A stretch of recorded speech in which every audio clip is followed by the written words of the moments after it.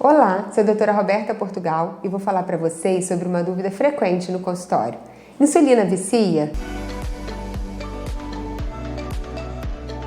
Sempre que precisamos insulinizar um paciente no consultório, ou seja, prescrever insulina pela primeira vez, muitas dúvidas, medos surgem durante a consulta.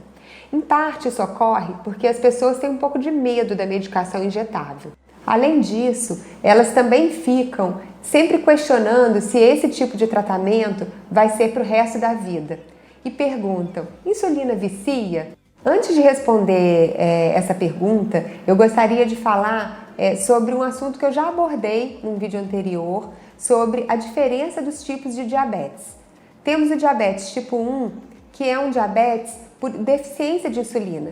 Nesses casos, a gente sempre vai precisar de usar insulina e ela vai ser prescrita, sim, para o resto da vida. Ainda não temos nenhum outro tipo de tratamento que possa substituí-la.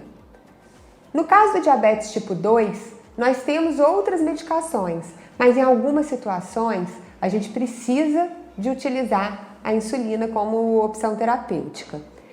Temos alguns casos, como nos pacientes que têm uma função renal muito comprometida, naqueles pacientes onde o diabetes já é de longa data, principalmente quando o controle não é feito de forma muito adequada, quando tem um controle insatisfatório, esses pacientes podem evoluir para uma necessidade de insulina e que muitas vezes a gente não consegue suspender.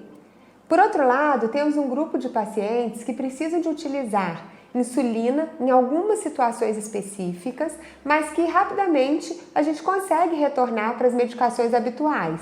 Isso ocorre, por exemplo, quando o paciente vai ser submetido a um procedimento cirúrgico, quando acontece algum acidente, ele adoece de alguma outra coisa. Durante esses períodos específicos, às vezes a gente precisa fazer o uso de insulina, mas normalmente, passando essa situação, ele consegue retornar o uso daquela medicação.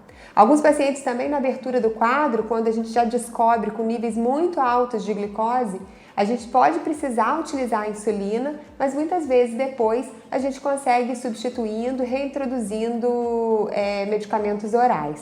Embora alguns pacientes utilizem a insulina para o resto da vida, ela só traz benefícios quando tem uma indicação correta. Eu espero que eu tenha conseguido tirar essa dúvida. Qualquer outra dúvida, comentário, deixa aqui embaixo que vai ser um prazer responder.